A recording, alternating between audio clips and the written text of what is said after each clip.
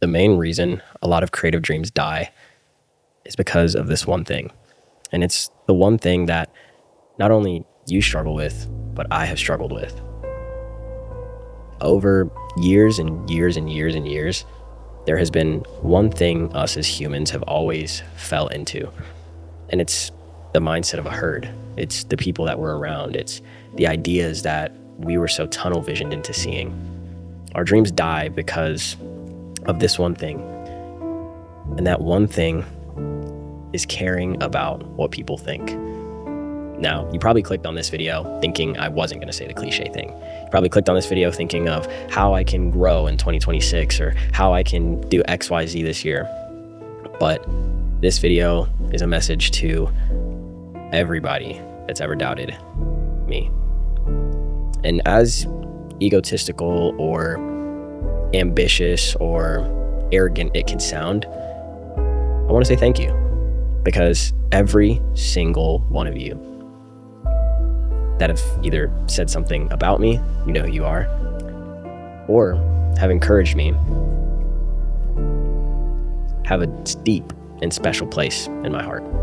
First, I want to thank all the people that have helped me to get to where I am today, but I also want to thank those that doubted, those whose words impacted me more than anything. Now, this video is not to defend anything or defend myself.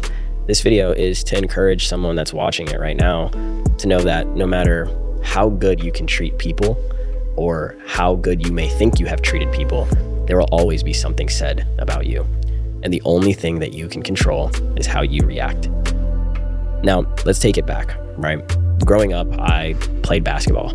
I played soccer, I did swimming, and mainly a lot of times when I played sports, it was because of those that were around me, right?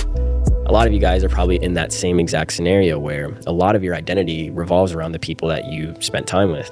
If I could take it all the way back to like 5th grade, that's when I decided I'm gonna stop playing soccer. Most of my best friends growing up through elementary played soccer, and that's why I wanted to do that. Maybe some of you guys have felt that in your own lives. And around 6th grade, when I transferred schools and went into middle school, every single guy there played basketball. And if you didn't play basketball, it was kind of like this status thing, right? Where if you didn't play, you were kind of considered lame. And now looking back at it, as silly as it is, this is how a lot of us were shaped growing up. We saw the thing that other people were doing as cool. And in our desire to be that, we followed the crowd. And I can say for myself, in an honest standpoint, there was moments in which that I am not proud of today that happened in my younger years, mainly because of the ideology of trying to please people, trying to appear to people some sort of way. And I'll get to it a little bit later on, but these were the moments that formed me. And I think these are the moments that have formed a lot of you watching this video. A lot of you that are watching this video are in groups of people that you may think that you have outgrown, or you may think that you shouldn't be a part of, but yet you still do it. Why? Because of the comfort, because of the, I would almost say, the idol of that friendship or that idol of that community that you think you're a part of. Now, the thing that struck me most, and a lot of you guys have probably watched High School Musical, but there was a song in there called Status Quo. And when I was younger, obviously it was a cool movie, whatever. For some of the guys, if you watch it, you know, they'll think you're a little, you know, but it was a banger of a movie. But my point is even in that song, it's when you see the basketball player wanting to be a chef, when you see the nerd wanting to be a singer, when you see all these different things that attack the status quo, you start to understand now that when you're older, that is how life has been. And to be honest, I can't think of a moment where, especially in my formative years, where I tried to go away from the status quo. I tried to feed into it as much as I possibly could. Now, fast forward into high school, my identity was basketball. My identity was making a team, not making a team. And I'm telling you right now, I didn't make a lot of teams, but the ones that I did, I had so much pride for because I finally did the thing. And once I got to a point and I realized and saw a lot of my peers go down a path of when basketball was now no longer there for them, how their whole personality was gone. And I didn't want to be like that. And I realized very, very early on that a no doesn't mean I need to go and hide in a shell. Not being able to do all the things that they were doing, or a person making fun of me. Literally, had me in places where, yes, I'd be anxious to go to school, but at the end of the day, I had to go through it. And I thank God that those were the things that I had to go through, because in a funny way, it's almost as if he was preparing me for where I am today. Now, I'm not going to sit here and arrogantly seem like I am a big shot, like I've done everything. No, I'm 23 years old and I'm figuring it out just as much as you're figuring it out. But what I've understood is that the moment I let the other voices, the relationships, the friendships, the communities, the people determine what I do next, instead of taking it, one, up with the Lord, and two, actually assessing judgment based off of what I can actually accomplish, the moment that switches from me thinking so much about other people's opinion, everything changes. And I believe that for every single person watching this tonight. I'm saying tonight because it's like 11 o'clock and this is part of our 30-day challenge, but I understand now that it prepared me for what it is today. And I want to keep saying that because I've heard things from people that I thought were friends through another friend down the grapevine, thinking that it would never get back to me. And people don't understand that envy is not pretty. If you're watching this video, I am talking to you. And if that shoe fits in this moment for you, it's because it's true. Envy's not cute. There are people genuinely doing things out of the pure heart of envy. And what I'll say to that is this: when you see somebody doing something that you wish you could do or you dreamed of doing, your first thought shouldn't be, honestly, to tear anyone down. Your first thought should be, how do I get there? Or how do I do it? Or reaching out to the person and asking them. As a kid, one thing that used to get me a lot was a lot of people used to make fun of me for how many questions I asked. And I used to be very self-conscious about it, to a point where there was a season in my life where I just didn't really talk that much. And I was just like, you know what? I'm going to act dumb, you know? And I didn't realize at that time, but my, I guess, curiosity is what has led me to where I am today. My curiosity, my ability to keep on asking questions is what allowed me to be in the rooms that I've been in right now. It's allowed me to now own dream cameras that I never thought I would ever own. It's allowed me to, like, in a monetary way, yes, make money that I never dreamed of making. But overall, it's allowed me to not get content with where I am. And a lot of you are content with where you are. A lot of you think that, oh, this is the end of the road. I've tried everything. And you're 22 years old. Like, how does that make any sense? There are people right now, 35 years old, 40 years old, figuring it out in their dreams. It's not that you need to be this 19-year-old proclaimed self-millionaire guru with freaking $30,000 and like a month and freaking Lamborghinis and all these different things. That's not the point. You gave up. You gave up. And that's not on me. And that's not on everyone around you. It's time that each and every single person that is watching this to take accountability for your actions. If you think, in the truest sense, if you think that your contentment is based off of everyone around you and not yourself, you need to look in the mirror. Because at the end of the day, this riles me up. This gets me frustrated because you think that you don't have to be accountable for the things that you say, do, and the laziness that you have. There's moments where I've sat in my room in a moment of laziness, in a moment of just sitting there worrying about all the bills that are coming and doing, just sitting there feeling sorry for myself. That never moved the needle for me. It was the days where I had my back against the wall and I had to realize, hey, I trust not only my time, resources, and my every waking breath to the Lord, that I would stand up and I would put these things into motion and action. You cannot look me in the eye right now and tell me that you've tried everything. You can't. There are people in countries that don't experience half the things that we get to experience here. When I say you are lazy, it's because you are. Don't tell me you want this American dream. Don't tell me you want all these things. The most annoying thing that I've ever heard are all these hopes and dreams that people say and keep on treating it like it's hopes and dreams. When we live in a place where we have privilege, the privilege to do anything that we set our minds to. My family is from Rwanda in Kenya. Not even 32 years ago, there was a genocide in my country. A genocide against the Tutsis in my country. My mom left, came here, made a life for us. My dad met my mom.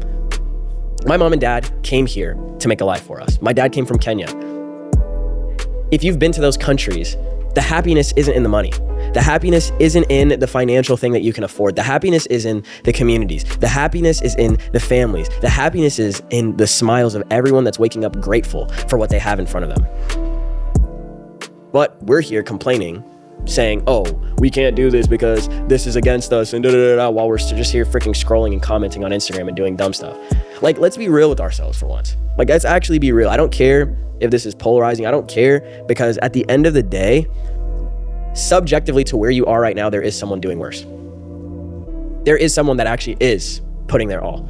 There is someone that is physically working hard. No knock to them. They are doing with what makes them happy. But you sit here scrolling. You sit here waking up late. You sit here complaining about what other people have, and you complain and have envy on other people taking action, yet you haven't done anything. And you're like 25, bro. Like, you think that, oh, you have it all figured out. Like, this is the thing. This is the curse of Gen Z, bro, is that our failures lie at the door of our arrogance and our... It genuinely baffles me how arrogant and stubborn some of us are, and how there is such a lack of curiosity for what you can actually accomplish. You and I have the same 24 hours. If you don't like anything I say, I don't care. I don't care. Because the moment I realized, even from that young age, of all the people making fun of me, saying I couldn't dribble a ball, saying I couldn't shoot, saying I was too small, too skinny, I won't be anything, all these different things, freaking family members looking me in my eye, calling me out of my freaking name, bro. All of these things to come to this moment for me to not care about what you think. And every single person watching this should get to that point. Every single person watching this should take a self-inventory of their life up until this point and understand that no matter what someone says about you, no matter what people do to you, no matter if you walk in a room and someone screws you over, turn the other cheek. Like, actually turn the other cheek. This is not no like, bro, like, genuinely, this is not on some like guru stuff, bro. Like, you don't need a life coach to tell you that you need to only trust in God and what he says about you. Not what your family member says you can hopefully accomplish. Not what your friends at school say, oh, bro, like, oh, you want to be a videographer? You just want to be another content creator? Bro, and so what? Do it. Are they going to do it for you? No. And the thing is, it's going to be those same exact people that ask you how you did it. You can give it away, all the knowledge for free. You can tell them everything. I've done it. Trust me. I know. I've given it away. I've given it to people, and they still don't do anything. One of the like coolest things my pastor told me was that his dad would help couples that were, going through tough times in their marriages, right? Some on the brink of divorce. And I'm just sharing this story just because, like, they were on the brink of divorce, and his dad was like, hey, read this book first. And then the guy only just wanted to talk about the problem. His dad said, here, read this book. And the guy never read the book. All he wanted to do was talk about the problem. And he said, hey, you don't seem like you want to fix this because you don't even read the book that I told you to read. And I'm just using that analogy because a lot of you guys just like to bask in your problems. You like to just talk about it. You like to just sit in little groups of people and be like, oh my God, my life is so hard. Do something about it. Like, actually, do something about it. Like, what do you have to lose? You just sitting in a group of people complaining about how much your life sucks doesn't add anything to your life. It is not a net positive. Yet you guys sit here and think that that's the case. My whole point of this video, my whole point of this rant that I'm on, is that no matter how much envy that you project out into the world, no matter how much negativity you feel day to day, you're the one that still has to wake up and deal with yourself. You're the same person that has to wake up and deal with yourself. Like, really take that in. And then for all of you freaking arrogant influencers that think you think you're all that, I'm sorry to break it to you, bro. You bleed the same way I bleed. You wake up and tie your shoes the same way I tie my shoes. If you don't think I'm worth what I say I'm worth, hey, bro, God bless you. I'll move along, bro. If you think that I care about what you have to say about me and you don't say to my face, I don't care. God be with you. Because at the end of the day, the moment you have to defend who you are to somebody, you lost. The moment you have to defend your price whenever you're doing your creative services or whatever it is, you lost. The moment you have to defend any action that you take, you lost. And I'm not saying this in a narcissistic way. I'm saying this in a way of you want to people please. And because you want to people please, you let yourself get walked all over. And I've been walked all over, and I'm going to tell you, it's not a great place to be at. It's never been a great place to be at. I hope that what I've said in this video comes off more as something that should, help boost your confidence. Not something where, some of you guys are gonna be hurt watching this video anyways. And like I said earlier, but don't care. I think that the people that need to hear this are the people that are going to hear it. Yeah, you can listen to this in the background, but if you hear it, you're gonna put action to it. And I wanna say this too. When we submit our desires to the Lord, He will be there in the midst of any desire that we ask for. But the thing is though, is that it must align with the Word of God. And I believe that when you desire things, when you delight yourself in the Lord, He will give you the desires of your heart. Now, what you do with what He gives you is what you have to understand that you need to steward. And if you are a person that you've prayed these prayers and you've asked God to be like, hey, reveal yourself to me, Lord, if I do this and if I do this, you'll give me this. You're having a transactional relationship with God. And at the end of the day, that is not what He wants. He wants a relationship that is unconditional with you because that's what He already has with you. He knew you before you even formed. But you have to want that with Him. You need to want to have that rhythm with Him. You need to want to see Him so rightly that every single thing that you do, whether it's how you speak to people, how you walk, how you talk, how you receive criticism, how you receive envy, how you receive being on the other end of gossip, that will reveal your heart and how close you are to walking with the Lord. When you walk with Jesus, there is no weapon, there is no word, there is no thing that can be formed against you to tear you down, because guess what? The Lord says vengeance is His, not ours to deal with. So for all of you guys that are watching this and have something gone wrong with you and somebody's done you dirty, somebody screwed you over, people have talked bad about you, let vengeance be His and not yours. Because what we are commanded to do is to turn the other cheek. What we are commanded to do is to forgive 70 times 7. So, in my closing, I just want to say, for every person watching this video, you have what it takes. You have everything to be equipped to do what you need to do. You just need to understand that you need to let go of what they've said. You need to let go of what they've said about you. You need to let go of what projections they've put onto you. You need to let go of it. So, thank you guys.